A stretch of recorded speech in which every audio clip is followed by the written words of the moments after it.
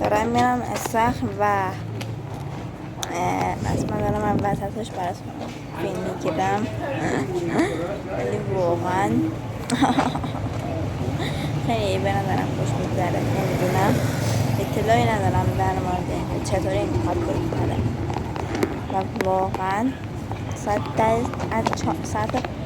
4 خودم دارم مقابل میشنم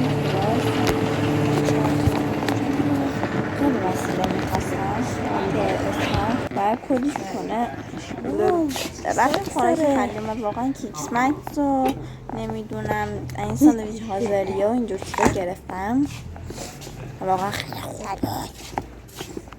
الان رسما ساعت 6 و من دارم تو پارک آب میزنم.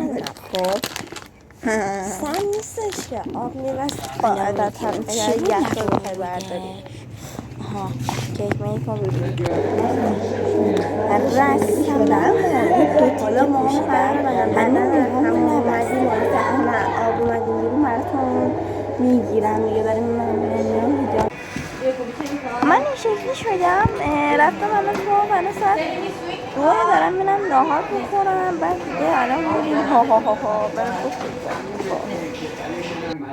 لباس عوض کردیم و گوشی رو اعصابم بود رفتم مامم نهار رو خوردیم میذارم من رفتم امیر مامو خوش کردم دیگه رفتم خونه.